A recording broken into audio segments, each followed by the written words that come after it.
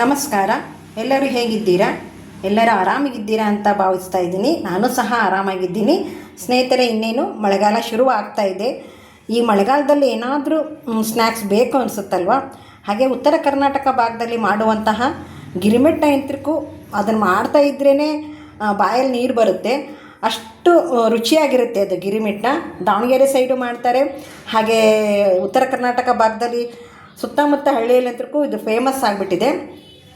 ನೋಡಿ ಸ್ನೇಹಿತರೆ, ನಾನು ಈ ದಿನ ನಿಮಗೆ ಮತ್ತೊಮ್ಮೆ ಉತ್ತರ ಕರ್ನಾಟಕ ಭಾಗದಲ್ಲಿ ಮಾಡುವಂತಹ ಗಿರಿಮಿಟ್ಟನ ತೋರಿಸ್ತಾ ಇದ್ದೀನಿ. ಅದಕ್ಕೆ ಏನೇನು ಪದಾರ್ಥ ಬೇಕು ಅಂತಂದೇಳಿ ನೋಟ್ ಮಾಡ್ಕೊಂಬಿಡಿ. ಮನೆಯಲ್ಲಿ ಇರುವಂತಹ ಪದಾರ್ಥನ ಉಪಯೋಗಿಸಿ ಮಾಡ್ತಕ್ಕಂತಹ ಗಿರಿಮಿಟ್ಟ ಇದು. ನೋಡಿ, ಒಂದು ಚಿಕ್ಕದಾದ ಟೊಮೊಟೊ ಹಣ್ಣು ಹೆಚ್ಕೊಂಡಿದ್ದೀನಿ. ಹಾಗೆ ಒಂದು 3 ಸ್ಪೂನ್ ಆಗೋವಷ್ಟು ನಾನು ಇಲ್ಲಿ ಹುಣಸೆ ಹುಳಿ ತೊಗೊಂಡಿದ್ದೀನಿ. ನೋಡಿ, ಹಾಗೆ 2 ಹಸಿಮೆಣಸಿಕಾಯಿ ಫ್ರೈ ಮಾಡಲಿಕ್ಕೆ ಹಾಕ್ತೀನಿ. ಒಂದು 2 ಹಸಿಮೆಣಸಿಕಾಯಿನ ನಾನು ಕಟ್ ಮಾಡ್ಕೊಂಡಿದ್ದೀನಿ. ಅದು ಖಾರ ಇಲ್ಲ. ಆಮೇಲೆ ಹುರಿಗಡಲೆ ಹಿಟ್ಟು, ಕಡಲೆ ಬೇಸನ್ ಹಿಟ್ಟಲ್ಲ ಇದನ್ನು ತೊಗೊಂಡಿರೋದು, ಹುರಿಗಡಲೆ ಹಿಟ್ಟು. ಹಾಗೆ ಮನೆಯಲ್ಲಿ ಹಸಿ ಕಾಯಿ ತುರಿ ಇತ್ತು, ಅದನ್ನು ಸಹ ತೊಗೊಂಡಿದ್ದೀನಿ. 1-2 ಸ್ಪೂನ್ ಬೆಲ್ಲ, ಒಂದು ದೊಡ್ಡ ಈರುಳ್ಳಿ ಕಟ್ ಮಾಡ್ಕೊಂಡಿದ್ದೆ. ಇಷ್ಟೊಂದು ಆಗಿದೆ ಇದು, ದೊಡ್ಡದಿತ್ತದು ಈರುಳ್ಳಿ, ದೊಡ್ಡದಾದಂಥ ಈರುಳ್ಳಿ ತೊಗೊಂಡಿದ್ದೀನಿ. ಟೊಮೊಟೊ ಇನ್ನೂ ಸ್ವಲ್ಪ ಚಿಕ್ಕದಾಗಿ ಕಟ್ ಮಾಡಿರ್ತಕ್ಕಂಥ ಈರುಳ್ಳಿನೇ ನೀವು ಆಮೇಲೆ ಹಾಕಬೇಕಾಗುತ್ತೆ. ಇದು ಬೇಯ್ಲಿಕ್ಕೆ ಮಾತ್ರ ಈರುಳ್ಳಿ ತೋರಿಸ್ತಾ ಇರೋದು ನಾನು. ನೋಡಿ, 1 ಗ್ಲಾಸ್ ನಾನು ಮಂಡಕ್ಕಿ ತೊಗೊಂಡಿದ್ದೀನಿ. ನಿಮ್ಮ ಕಡೆ ಏನಂತಾರೆ, ಚುರುಮರಿ ಅಂತಾರೆ, ಹೊಸಪೇಟೆ ಸೈಡು ಮಂಡಾಳ ಅಂತಾರೆ, ಕೆಲವೊಂದು ಕಡೆ ಕೆಲವೊಂದು ಹೇಳ್ತಾರೆ ಇದಕ್ಕೆ. ನೋಡಿ, ಇದು ಏನಪ್ಪ ಅಂತಂದರೆ ಈ ಥರ ಮಂಡಕ್ಕಿ, ಇದು ಗಟ್ಟಿ ಮಂಡಕ್ಕಿ ಅಲ್ಲ, ಇದು ಪೊಳ್ಳು ಮಂಡಕ್ಕಿ. ಬನ್ನಿ ಸ್ನೇಹಿತರೆ, ಯಾವ ರೀತಿ ಮಾಡೋದು ಅಂದ್ಕೊಂಡೇಳಿ ನೋಡ್ಕೊಂಬಂದ್ಬಿಡೋಣ. ಓಕೆ, ಈಗ ಎಣ್ಣೆ ಕಾಯ್ಲಿಕ್ಕೆ ಇಟ್ಟಿದ್ದೀನಿ. ಎಣ್ಣೆ ಕಾದ ನಂತರ ಕಾದಿಲ್ಲ ಇನ್ನು ಎಣ್ಣೆ. ಓಕೆ, ಎಣ್ಣೆ ಕಾದಿದೆ. ಸಾಸಿವೆ ಜೀರಿಗೆ ಎರಡನ್ನೂ ಮಿಕ್ಸ್ ಮಾಡಿದ್ದೆ ನಾನು. ನೋಡಿ, ಮೊದಲಿಗೆ ಹಸಿಮೆಣಸಿಕಾಯಿ ಹಾಕ್ತಾಯಿದ್ದೀನಿ. ಹಾಗೆ ಈರುಳ್ಳಿ, ಸ್ವಲ್ಪ ಕರಿಬೇವು, ರುಚಿಗೆ ತಕ್ಕಷ್ಟು ಉಪ್ಪು. ರುಚಿಗೆ ತಕ್ಕಷ್ಟು ಉಪ್ಪನ್ನು ಯಾಕೆ ಹಾಕ್ತಾಯಿದ್ದೀನಪ್ಪ ಅಂದರೆ ಈರುಳ್ಳಿ ಚೆನ್ನಾಗಿ ಬೇಯುತ್ತೆ ಅಂತ.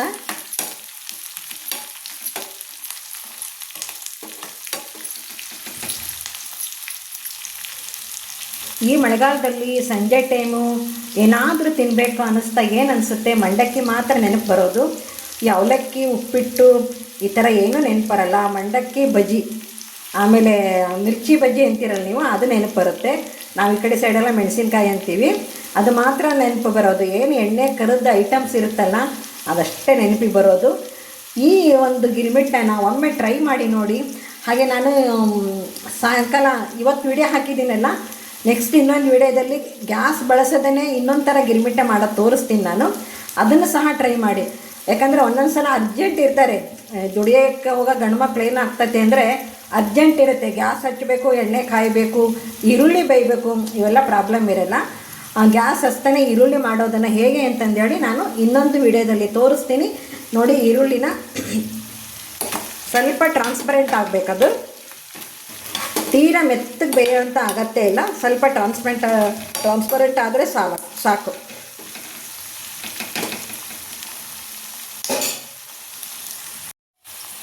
ಓಕೆ, ಈಗ ಈರುಳ್ಳಿ ಬೆಂದಿದೆ.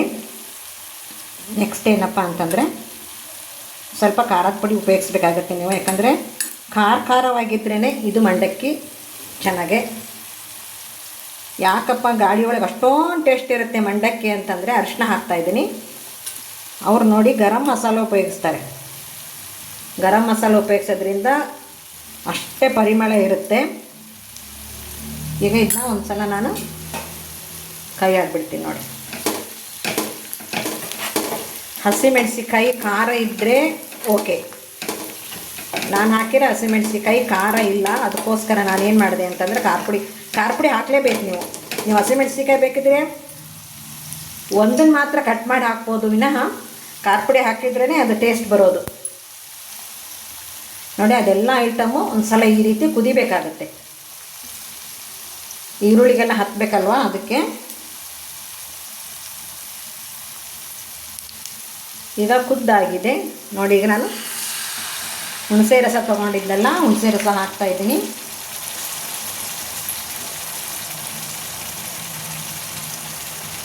ಹಾಗೆ ಬೆಲ್ಲನೂ ಸಹ ಸೇರಿಸ್ತಾ ಇದ್ದೀನಿ ನೋಡಿ. ಬೆಲ್ಲ ಸೇರಿಸಾದ್ಮೇಲೆ ಒಂದು ಸಲ ಚೆನ್ನಾಗಿ ಕೈ ಆಡಬೇಕು.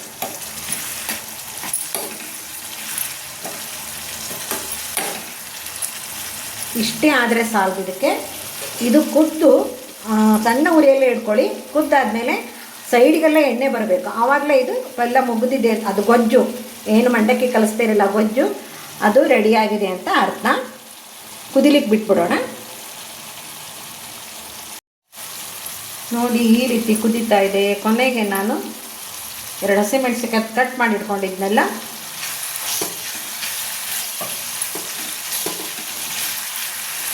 ಅದನ್ನು ಹಾಕಿ ಕೈ ಹಾಕ್ತಾ ಇದ್ದೀನಿ. ಅದು ತುಂಬ ಬೇಯೋದು ಬೇಡ, ಅದಕ್ಕೆ ಲಾಸ್ಟಿಗೆ ಹಾಕಿದ್ದೆ ಅದನ್ನು. ಓಕೆ, ಈಗ ಗೊಜ್ಜು ರೆಡಿ ಆಗಿದೆ. ಇದನ್ನು ತಣ್ಣಗಾಗಲಿಕ್ಕೆ ಬಿಟ್ಬಿಡ್ತೀನಿ. ಮಂಡಕ್ಕಿ ಕಲಿಸ್ಲಿಕ್ಕೆ ಮಾತ್ರ ಈ ಥರದ್ದು ಒಂದು ರೌಂಡ್ ಶೇಪ್ ಇರೋದೇ ಪಾತ್ರೆ ಆಗಲಿ, ಒಂದು ಏನಂತೀರಿ ಗುಂಡಿಗೆ ಆಗಲಿ, ಇಲ್ಲ ಅಂತಂದರೆ ಬಾಕ್ಸ್ ಇರುತ್ತಲ್ಲ ಸ್ಟೀಲ್ ಬಾಕ್ಸ್ ಆಗಲಿ, ಆ ಥರದ್ದೇ ಬೇಕಾಗುತ್ತೆ. ಇಲ್ಲ ಅಂದರೆ ಮಂಡಕ್ಕಿ ಕಲಿಸ್ಲಿಕ್ಕೆ ಸರಿ ಹೋಗಲ್ಲ. ಅದು ಒಂದು ಕಲಿಸೋದೇ ಒಂದು ಮಜಾ ಅನಿಸುತ್ತೆ ನೋಡಿ. ಈ ರೋಡ್ ಸೈಡೆಲ್ಲ ಕಲಿಸ್ತಿರ್ತಾರಲ್ಲ, ಅದೇ ಒಂದು ಮಂಡಕ್ಕಿನ ಬಾಕ್ಸೆಲ್ಲ ಕಲಿಸ್ತಾರೆ ನೋಡಿ, ಅದು ಕಲಿಸೋದೇ ಒಂದು ಥ್ರಿಲ್ ನೋಡಿ. ಅದಕ್ಕೆ ನಾನು ಈ ಥರ ಒಂದು ರೌಂಡಾಗಿರೋದು ಪಾತ್ರೆ ತೊಗೊಂಡಿದ್ದೀನಿ. ಇದಕ್ಕೆ ಫಸ್ಟ್ ಮಂಡಕ್ಕಿ ಹಾಕ್ಬಿಡ್ತೀನಿ. ಈಗ ಮಂಡಕ್ಕಿ ಹಾಕಿದ್ದೀನಿ, ಪಲ್ಯ ಹಾಕ್ತಾಯಿದ್ದೀನಿ. ನೀವೇನಂತೀರಿ, ಗೊಜ್ಜು ಅಂದರೆ ಗೊಜ್ಜು ಸರಿ.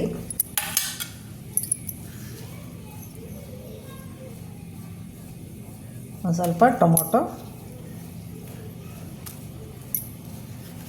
ಮತ್ತು ನೀವು ರೆಡಿ ಆದಮೇಲೆ ಟೊಮೊಟೊ ಮತ್ತು ಈರುಳ್ಳಿನ ಮೇಲೆ ಹಾಕಬೇಕಾಗತ್ತೆ. ಸ್ವಲ್ಪ ಈರುಳ್ಳಿ ಹಾಕ್ತಾಯಿದ್ದೀನಿ. ಒಂದು ಸ್ಪೂನೇ ಅಂದ್ಕೊಳ್ಳಿ, 1 ಸ್ಪೂನು ಹುರಿಗಡಲೆ ಹಿಟ್ಟು ಹಾಕ್ತಾಯಿದ್ದೀನಿ. ಸ್ವಲ್ಪ ಶೇಂಗಾನ ಎಣ್ಣೆಯಲ್ಲಿ ಹಾಕಿದ್ದೆ. ನಿಮಗೆ ಶೇಂಗಾ ಬೇಕಾದ್ರೆ ಹಾಕ್ಕೊಳ್ಳಿ. ಆಮೇಲೆ ಖಾರ ಬೂಂದಿ ಅಂತ ಸಿಗುತ್ತಲ್ಲ, ಖಾರ ಬೂಂದಿ ಆದ್ರೂ ಹಾಕ್ಕೋಬೋದು, ಚೆನ್ನಾಗಿರುತ್ತೆ. ಆದರೆ ಖಾರ ಬೂಂದಿ ಮತ್ತು ಮೇಲೆ ಮತ್ತೇನಾರು ಬೇಕು ಕ್ಯಾರೆಟು ಸೌತೆಕಾಯಿ ಏನಕ್ಕಂದ್ರೂ ಉಪಯೋಗ್ಸೋಕೆ ಹೋಗಬೇಡಿ, ಇದಕ್ಕೆ ಚೆನ್ನಾಗಾಗಲ್ಲ. ಕ್ಯಾರೆಟ್ ಸೌತೆಕಾಯಿ ಹಾಕ್ತೇನೆ ಇದು ಮಾಡ್ತಕ್ಕಂತಹ ಗಿರಿಮಿಟ್ಟ. ಶೇಂಗಾ ಬೇಕಾದರೆ ಹಾಕ್ಕೋಬೋದು. ಖಾರ ಬೂಂದಿನ ಎಲ್ಲ ಕಲಿಸಾದ್ಮೇಲೆ ಹಾಕ್ಕೋಬೇಕಾಗತ್ತೆ.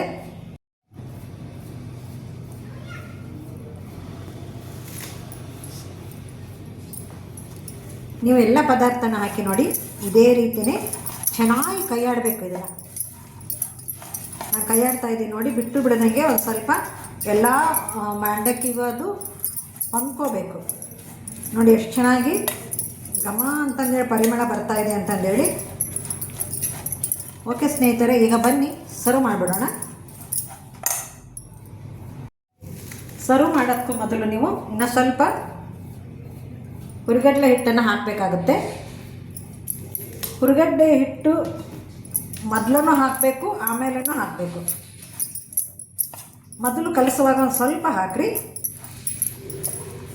ಆಮೇಲೆ ಎಲ್ಲ ಆದಮೇಲೆ ಇನ್ನೊಂದು ಸ್ಪೂನಷ್ಟು ಹಾಕಬೇಕಾಗುತ್ತೆ. ಬನ್ನಿ ಈಗ ಸರ್ವ್ ಮಾಡಿಬಿಡೋಣ. ಈಗ ನೋಡಿ, ಸರ್ವ್ ಮಾಡುವಾಗ ಮತ್ತೆ ಸ್ವಲ್ಪ ಈರುಳ್ಳಿ ಹಾಕಿ, ಹಾಗೆ ಹಸಿ ಟೊಮೊಟೊ, ಕಾಯಿ ತುರಿ ಇರೋದ್ರಿಂದ ಕಾಯಿ ತುರಿ ಹಾಕ್ತಾಯಿದ್ದೀನಿ. ನೀವು ಸೇವ್ ಬಳಸ್ಬೋದು, ಕೊತ್ತಂಬರಿ ಬಳಸ್ಬೋದು. ಕೊತ್ತಂಬರಿ ತೊಗೊಳಕ್ಕೆ ಇಷ್ಟ ತನಕ ಕಾದೆ ಬರಲಿಲ್ಲ ಅವ್ರು ಕೊತ್ತಂಬರಿ ಇವತ್ತು. ಕೊತ್ತಂಬರಿ ಬಳಸಿ ಮೇಲೆ ಹಾಕ್ಲಿಕ್ಕೆ ನೀವು. ಹಾಗೆ ಫ್ರೈ ಮಾಡಿದಂತಹ 2 ಮೆಣಸಿನ್ಕಾಯಿ ಇಟ್ಟಿದ್ದೀನಿ. ಹಾಗೆ ಸೈಡಿಗೆ ನೋಡಿ ಒಂದು ಸ್ವಲ್ಪ ಈರುಳ್ಳಿ ಕಡ್ಕೊಂಡು ತಿನ್ನಲಿಕ್ಕೆ ಅಂದ್ಕೊಂಡೇಳಿ. ಸ್ನೇಹಿತರೆ, ಇಲ್ಲಿಗೆ ಈ ವಿಡಿಯೋ ಮುಗಿಸ್ತಾ ಇದ್ದೀನಿ. ದಯವಿಟ್ಟು ಈ ವಿಡಿಯೋನ ಸಪೋರ್ಟ್ ಮಾಡಿ. ಹಾಗೆ ಬೆಳಗ್ಗೆ 7ರಿಂದ 10-11 ಗಂಟೆ ತನಕ ನನ್ನ ಲೈವ್ ಇರುತ್ತೆ, ಅಟೆಂಡ್ ಆಗಿ. ಸಾಯಂಕಾಲ ಮಸ್ಟರ್ಡ್ ಶುಡ್ 7ವರೆಗೆ ಒಂದು ಅರ್ಧ ಗಂಟೆ 1 ಗಂಟೆ ಅಷ್ಟೇ ಮಾಡ್ತಾಯಿದ್ದೀನಿ ಲೈವ್ ನಾನು. ನೈಟು ಬೆಳಗ್ಗೆ ಮಾತ್ರ 2 ತಾಸು ಇರುತ್ತೆ ಲೈವ್. ದಯವಿಟ್ಟು ಅಟೆಂಡ್ ಆಗಿ. ಹಾಗೆಯೇ ಲೈಕ್ ಮಾಡೋದನ್ನು ಮಾತ್ರ ಮರಿಬೇಡಿ ಲೈವ್ ಬಂದಾಗ. ಈ ವಿಡಿಯೋನ ಆದಷ್ಟು ಜನಕ್ಕೆ ಶೇರ್ ಮಾಡಿ ಅಂತ ಹೇಳ್ತಾ, ಸಬ್ಸ್ಕ್ರೈಬ್ ಆಗದೆ ಇರೋರು ದಯವಿಟ್ಟು ಸಬ್ಸ್ಕ್ರೈಬ್ ಆಗಿ. ಓಕೆ, ಇಲ್ಲಿಗೆ ನಾನು ಈ ವಿಡಿಯೋನ ಮುಗಿಸ್ತಾ ಇದ್ದೀನಿ. ಎಲ್ಲರಿಗೂ ನಮಸ್ಕಾರಗಳು, ಎಲ್ಲರಿಗೂ ಧನ್ಯವಾದಗಳು.